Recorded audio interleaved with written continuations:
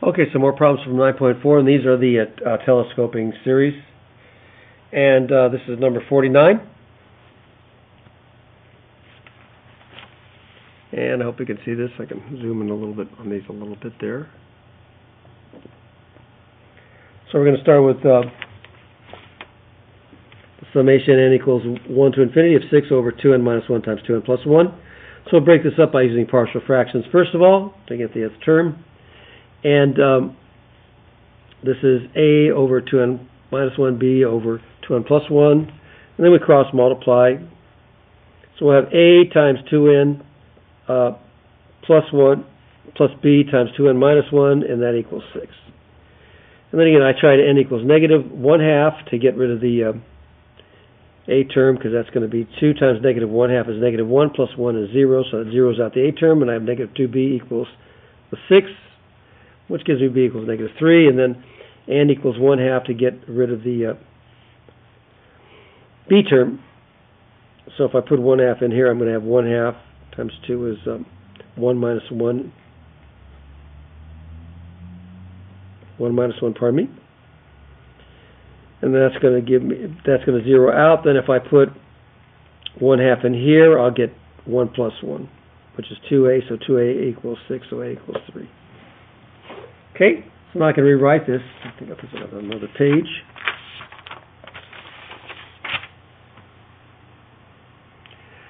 Okay, so there's 49, so I can rewrite this summation. So this is my nth term where my a and my b, they're both 3. Well, no, I'm sorry, the b is negative 3, excuse me. So again, we rewrote this. Let me take a look at this over this page. And remember, b was negative 3 and a was 3, so b was negative 3, so I put the negative sign there and a was 3. Okay, so now we've got this. Okay, so this is my nth term, so now I'll write out a few terms to see what's going on. So when n is 1, I can put 1 in here. And I've got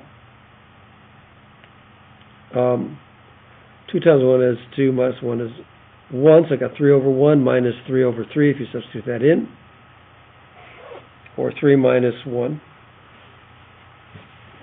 And I'll leave that because hopefully things will get better before they get worse. So I got 3 minus 1.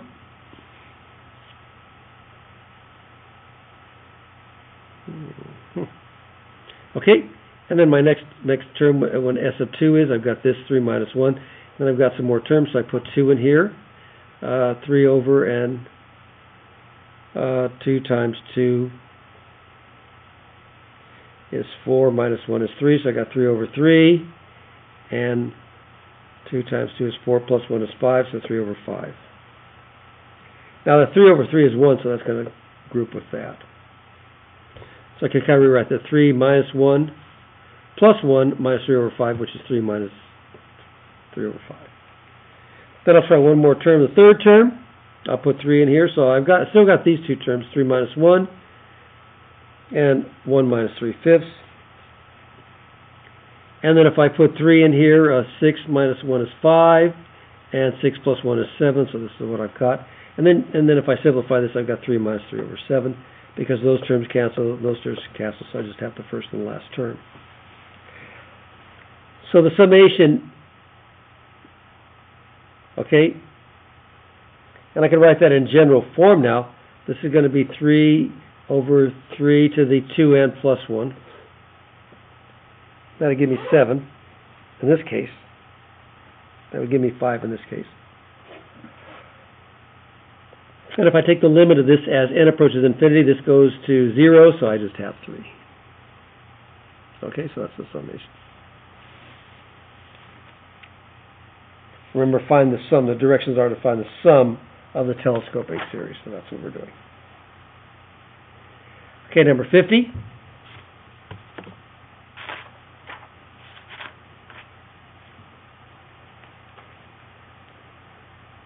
Okay, 40n over 2n minus 1 squared, 2n plus 1 squared. So again, we'll write this, sum this up. So we'll rewrite this as an equivalent of two fractions with a and b, and this each with a factor of the denominator here as its denominator. Then we'll cross multiply, and this is what we have. a to the 2n plus 1 squared, b to the 2n minus 1 squared equals 40n. Then when n is 1/2, we can get rid of the b term. That's 1/2, so that's 1 minus 1, which is 0 out. We get 1 plus 1 here, and so that becomes 2, and that's going to be squared now, so it's going to be 4, so 4a equals 20, equals 5. So we take 1/2 over here when n is 1/2, becomes 40, and then I'll try, so I get a is 5, and this square belongs over here. Then I'll take n is 1/2, and I'll put that in to get rid of the a term. So when I put 1/2 in here, I get, or negative 1/2, pardon me, I get negative 1 plus 1. And if I put 1/2 in here, I get negative 1 minus 1, or negative 1. And then that's 40 times negative 1/2, which is negative 20. This zeroes out, and this is going to be negative 2 squared, which is 4. Then a by b, negative 5. All right. So there's your partial fractions technique. And then we can just rewrite this summation as the sum like this. And when we multiply this, when we write this out, we'll write the first, just the first three partials, and then get the general terms so you can see, or we actually can get the sum. So when I put 1 in here, 5 over 2 times 1 is 2 minus 1 is 1 squared is 1, minus 5 over 2 times 1 is 2 plus 1 is 3, 3 squared is 9. And then if I add the next one, I would put s of 2. These would be the same, and we go out here. The second group, or the second partial sums. I'm going to add this to these new groups, and I put 2 in here. Okay, and I get 5 over n minus 5 over 25, and then these 5/9 cancel, so I got 5 minus 5 over 25. And then I'll go back and try one more. So I got, this is the next partial sum, so I'm going to add the third terms, the first, second, third.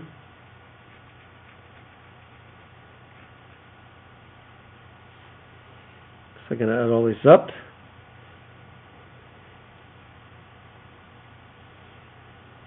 And I have, pardon me, let's see, I have 3, so 2 times 3 is 6, minus 1 is 5, 5 squared is 25, 6 plus 1 is 7, 7 squared is 49, with the 5's on top, and there you go. And then these are canceled, those are canceled, so I end up with 5 minus 5 over 49. So that's my first three partials. They asked to write the first three partial sums, and then they asked to write the sum. So if we take the limit as n approaches infinity, we'll get the sum. So the limit of this as n approaches infinity, what's going to happen? I just took the limit and I just called that s of n.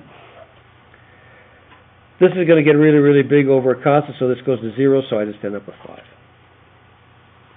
That's all there is to it.